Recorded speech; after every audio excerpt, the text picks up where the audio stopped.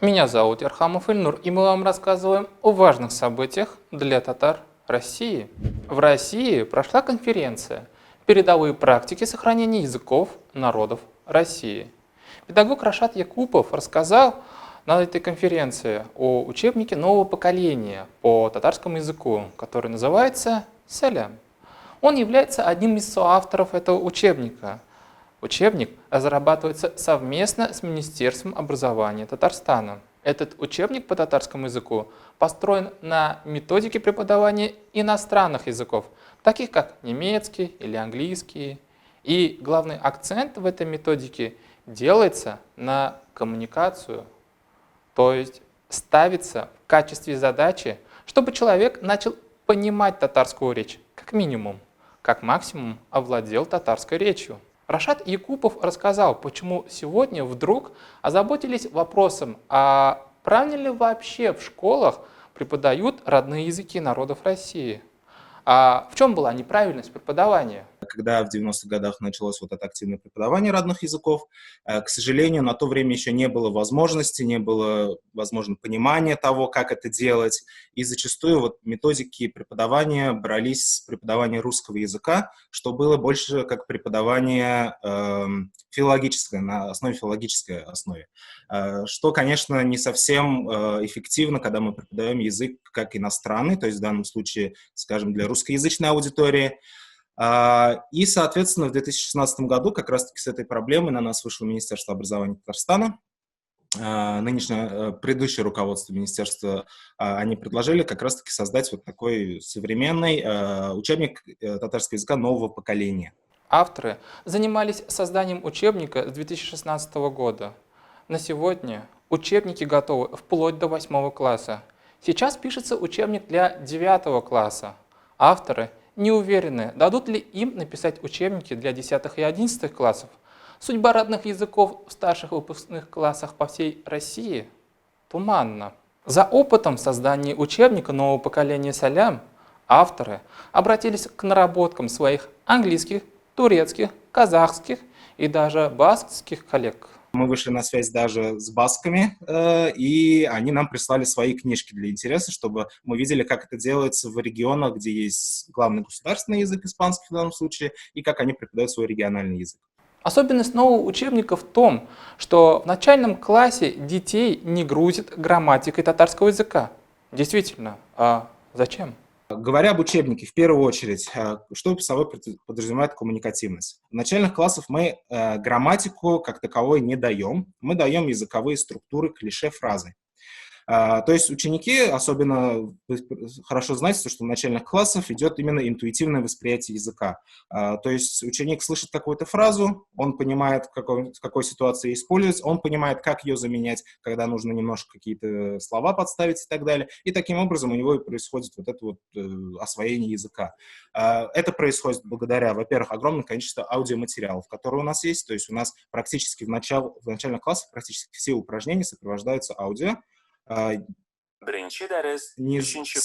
Слышно вам, да? То есть при нажатии на какое-то задание учителя всегда всплывает аудиозапись, которую ученики слышат.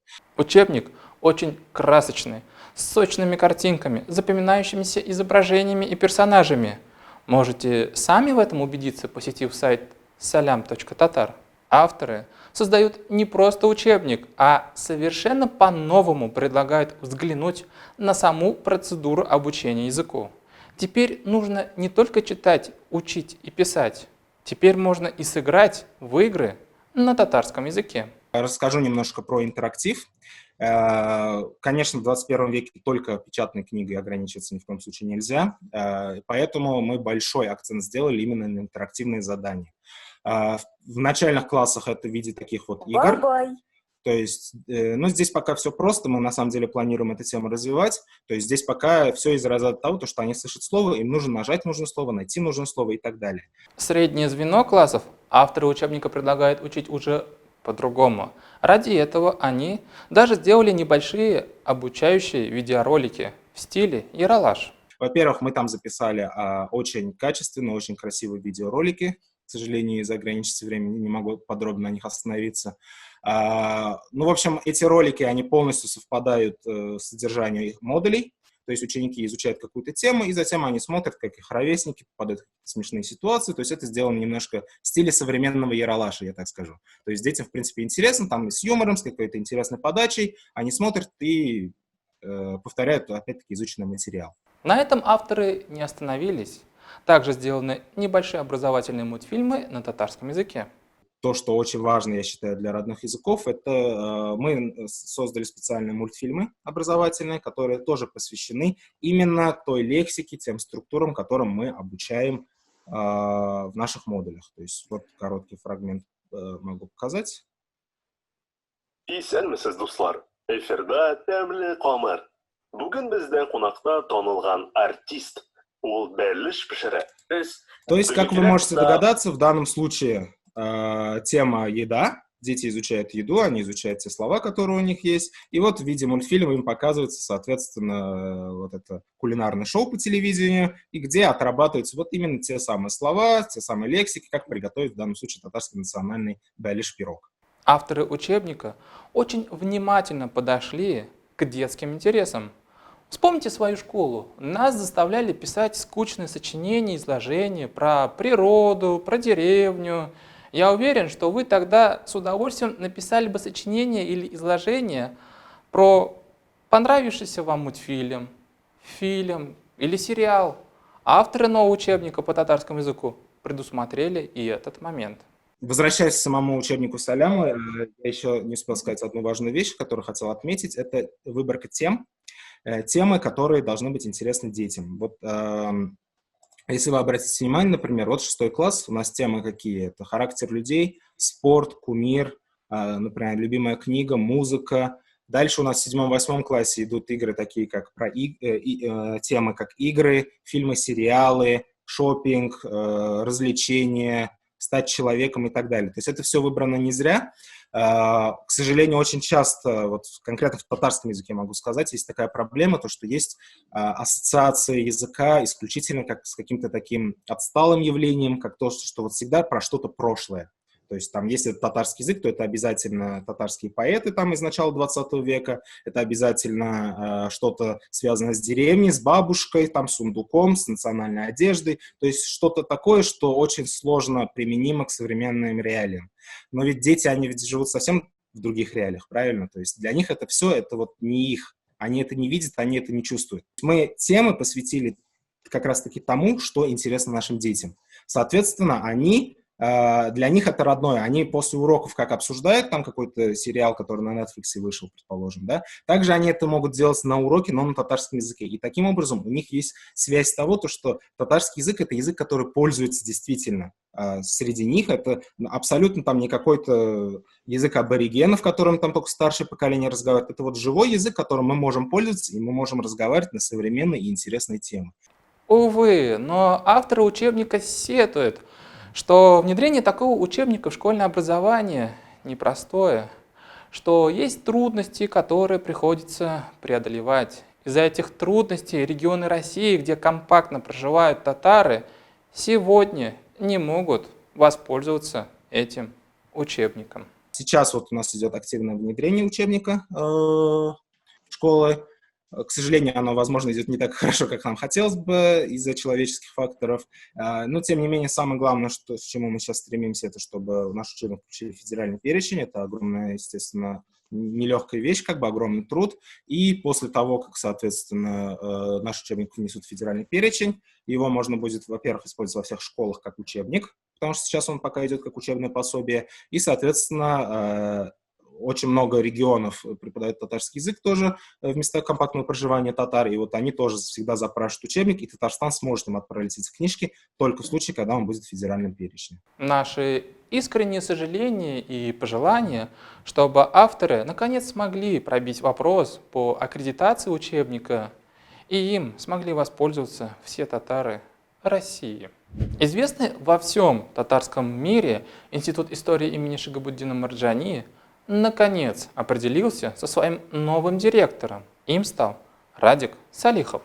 Его избрало большинство сотрудников института. Из 69 человек, участвовавших в выборах, Салихова поддержали 68 сотрудников. Кто-то один проголосовал против. По словам Салихова, Институт истории разворачивается лицом к широкой общественности. У института есть понимание, что сегодня большинство споров по историческим, общественно-политическим и национальным темам перешли из страниц научных журналов в соцсети. В том числе они перешли и на наш канал «Татары мира» на YouTube. Салихов напомнил, что 2021 год объявлен президентом Татарстана Рустамом Миннихановым как год родных языков и народного единства.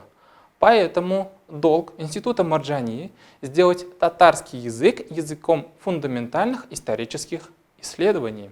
А вот некоторые слова Радика Салихова по проблеме татарского языка в научной сфере. Итак, он говорит: иногда приходится слышать глубоко ошибочное мнение, что современный татарский язык не обладает необходимой терминологией, что читательский охват такой литературы слишком узок и так далее. Напротив, издаваемые нашим институтом труды на татарском языке пользуются большой популярностью у читателей, а выработка необходимой терминологии как раз и является нашей задачей, заявлял после своего избрания директор Института Марджани Салихов. Напомним, что в этом году, в конце августа, Всемирный конгресс татар принял стратегию татарского народа. Институт истории Марджани в лице Радика Салихова еще в сентябре заявил, что будет руководствоваться этой принятой стратегией, видя в ней теоретическую, идеологическую и мировоззренческую основу. Вот что об этом говорил сам Салихов. И вот этот документ, который мы получили, мы видим в нем ту теоретическую основу, идеологическую основу для развития нашей научно-исследовательской деятельности, но в то же время вот здесь приглашены и представители Академии наук Республики Татарстан и Казанского федерального университета. В принципе, эти идеи, они чрезвычайно важны для всего комплекса гуманитарных наук. Это и литературоведение, и искусствознание, и энциклопедистика, и даже, казалось бы, прикладное направление истории населенных пунктов. То есть любая сфера исторического и историко-культурного знания, она нашла в этом документе свою опору идейную. И мы, конечно же, мы, Институт истории, будем, несомненно, руководствоваться этим документом. Вот эти мировоззренческие основы, 7 пунктов, вы, наверное, хорошо уже изучили стратегию. Я думаю, это станет руководством действия нашего института и всех ученых Республики Татарстан. Таким образом, Институт истории взваливает на свои плечи ответственность за развитие татарского языка как языка гуманитарной науки, за распространение и продвижение идей и смыслов стратегии татар, а также за новые формы популяризации истории татарского народа. Ну что ж, будем очень внимательно следить. На все той же конференции «Передовые практики сохранения языков народов России» куратор научно-образовательных проектов Айдар Шайхин рассказал о своих попытках сделать татарский язык именно языком науки, языком познания окружающего мира и получения передовых знаний о нем. Сразу сделаем небольшой спойлер. Все потуги и проекты по приданию татарскому языку характера языка науки делали ребята на общественных началах. Это все делали энтузиасты на интересе. Сейчас их активность застыла, ребята повзрослели, у них появились работа, семьи, сил и времени на труд во благо народа остается ничтожно мало. В случае многих языков стоит такая проблема, что нужно в принципе создавать какой-либо контент, да, который можно использовать, да, изучать, читать, слушать, смотреть и так далее. Но мы взялись именно за научный контент, научно-образовательный и научно-просветительский контент по одной простой причине, потому что это нам интересно. Ну а вот несколько грустных и печальных слов татарского популяризатора родного языка Айдара Шайхина. Как сегодня обстоят дела с нашим языком. Не было того, что было интересно нам, то есть не было популярной литературы, популярного контента. Учебники это, конечно, и хорошо, но кому вообще интересно все читать учебники, и мы решили что-то создавать. Вот годы нашей активности мы как бы занимались тем, что продвигали татарский язык по-своему, да, и когда мы делали контент, получается, мы еще и по-своему развивали научную лексику татарского языка, ну и развиваем до сих пор, да, потому что до сих пор этим занимаемся. Ну и как бы оставалась еще такая вот цель, общая такая гуманитарная, скажем так, да, то есть популяризация науки и знаний. Ну, на татарском языке. Пусть на татарском языке, но тоже продвижение науки. Как вообще мы это делали, то есть что мы в рамках этого проекта делали и ну и делаем. То есть, заранее говорю, что проект мы запустили в 2014 году, то есть придумали в целом, да, активная стадия началась в 2015 году, 5 лет назад. Теперь у нас определенной степени вот, ну, или стагнация, или что-то вот вроде этого, да, то есть мы не особо активные, потому что у нас как бы состав изменился, состав проекта, большинство наших вот членов сообщества стали уже не студентами, да, они где-то работают и так далее, времени уже нет, поэтому у нас не так все активно делается. Но годы суперактивности у нас было вот сразу несколько ресурсов. Айдар Шайхин рассказывает, насколько же тяжело сегодня продвигать татарский язык как язык науки. С каждым годом все меньше и меньше людей, готовых и умеющих говорить об интересных научных вещах на татарском языке. Для нас абсолютно очевидно, что это направление без поддержки государства в лице Татарстана просто умрет. Важно то, что все еще как бы есть ученые, татары, молодые ученые, да, которые учились в татарских школах и, соответственно, могут что-то написать на татарском языке. Это тоже круто, да, и мы пытались этот ресурс по-своему как бы использовать в нашу пользу. Также у нас был очень мощный проект, это лекторий Хальбуки. Хальбуки переводится как «Однако», да, «Однако». И мы тоже, это уже офлайн проект был, проводили лектории с охватом почти что опять-таки всех наук, то есть какие люди есть, кто что может сказать, мы всех приглашали. Действительно, у нас бывали интересные мероприятия, где там могли выступить биологи, например, да, и историки, там, микробиологи, астрономы и так далее. Это тоже, по сути, это была единственная площадка, где можно было что-то услышать о науке на татарском языке. Читать еще можно что-то, да, то есть есть и Сгилем, и наш журнальчик есть, и есть еще какие-то другие ресурсы в виде учебников, словарей, да, ну, хотя бы есть еще и Википедия, где тоже что-то есть, да, что-то можно почитать на татарском языке. А тут что-то можно услышать, задавать вопросы, говорить о науке на татарском языке и так далее. Таких людей, которые могут что-то рассказать, на самом деле не так много. То есть, да, есть ученые, аспиранты с татарскими фамилиями, которые татары, да, которые знают татарский язык на бытовом уровне, само собой. Но рассказать что-то о науке, о том, что они делают, само собой, это трудно. Тут уже на уровне, да, функционального применения языка не выработаны никакие шаблоны вообще, и как бы люди просто не знают терминологию. Айдар Шайхин задается больным для татар вопросом. А зачем вообще нам развивать это направление? То есть популяризацию татарского языка и популяризацию научных знаний на татарском языке. Разве это кому-то интересно? Послушаем мысли татарского популяризатора. Почему вообще все это нужно? Почему как бы мы все это делаем? Опять-таки, есть другие проблемы, да, в сфере развития татарского языка, но мы считаем, что это направление тоже важно, потому что когда, например, критикуют там ситуацию с татарским языком в Татарстане, часто говорят о том, что татарский язык, в принципе, он, ну, мало на что годится, да, не особо-то и нужен, и в том числе и потому, что у языка мало возможностей, да, его нельзя использовать там в образовании, там, в высшем образовании, в науке и так далее. Ну, как раз мы показываем, что это, в общем-то, возможно, и это очень просто. К тому же у нас там периодически публиковались материалы, ну, так называемый «Гильный мирас», научное наследие, где мы просто перепечатывали какие-то статьи столетней давности там, или статьи, которые выходили в советское время, научные статьи на татарском языке. То есть татарский язык, как язык науки, существовал и раньше, и теперь тоже может существовать, просто необходимо это поддерживать и в большей степени даже не мешать. Ну что же, надеемся, что Радик Салихов обратит внимание на результаты проекта «Гайлем» и на команду татарского популяризатора Айдара Шайхина.